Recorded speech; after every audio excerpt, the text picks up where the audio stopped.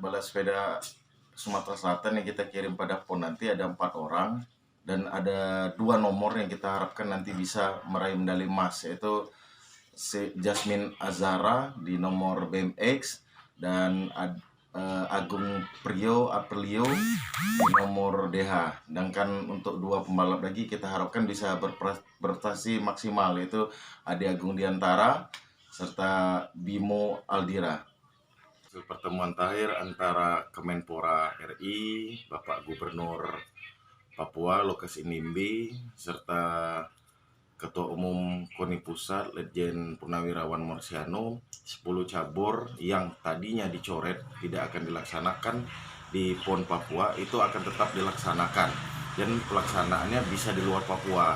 Bisa di luar Papua dalam artian di Provinsi Jawa Timur. Dan seandainya itu memang bisa terlaksana, kami dari cabur balap sepeda menargetkan minimal 1 emas, walaupun target kami sebenarnya 2 emas.